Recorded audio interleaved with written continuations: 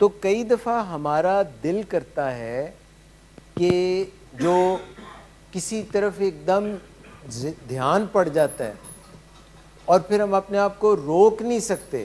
اگر دھیان پڑ گیا ہے تو اپنے آپ کو روک نہیں سکتے, ٹریگر ہو گئے. ٹریگر اگر رسپانس غلط دے دیا تو نتیجہ اس کا کیا آئے گا؟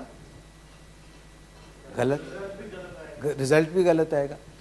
تو ٹریگر کے اور رسپانس کے درمیان ایک گیپ ہوتا ہے. جب ہم بات چیت کرتے ہیں, جب بھی کوئی ٹریگر آتا ہے اور ہم اس کا کوئی رسپانس دیتے ہیں, اس کے درمیان ایک گیپ ہوتا ہے.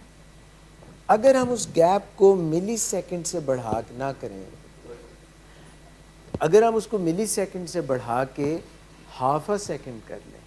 دیکھیں آپ گاڑی چلا رہے ہیں تیز اور سامنے کوئی جو ہے نا کوئی ڈسٹربنس ہوئی ہے, واقعہ ہوا ہے, اور آپ نے ملی سیکنڈ لیٹ ہو گئے, ڈیلے ہو گیا, آپ ایکسیڈنٹ ہو جائے. سو نینو سیکنڈس اینڈ ملی سیکنڈس میک اے ڈفرنس. کہیں پہ رسپانس اگر آپ کا کوئک انف نہیں ہے تو خرابی ہو جائے گی, ریفلیکس صحیح نہیں. اور کہیں پہ اگر if it is too fast, too quick, without a thought, impulse, تو پھر خرابی. اور اگر ہم اس کو اپنی عادت بنا لیں, اسٹیمولس, رسپانس اور اس کا ریوارڈ, یہ ہیبٹ ہوتی ہے.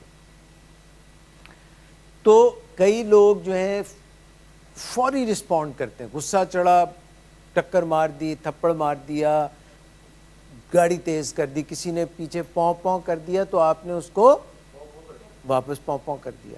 تو وہاں پہ کیا کیا شروع ہو گیا؟ پاؤں پاؤں, ساری جو ہے چیز ڈسٹرب ہو گئی. تو رسپانس کو انہبٹ, اپنا جوابی کاروائی کو تھوڑا سا ڈیلے کرنا, انہبٹ کرنا, یہ بھی ایک ایگزیکٹو اسکل ہے.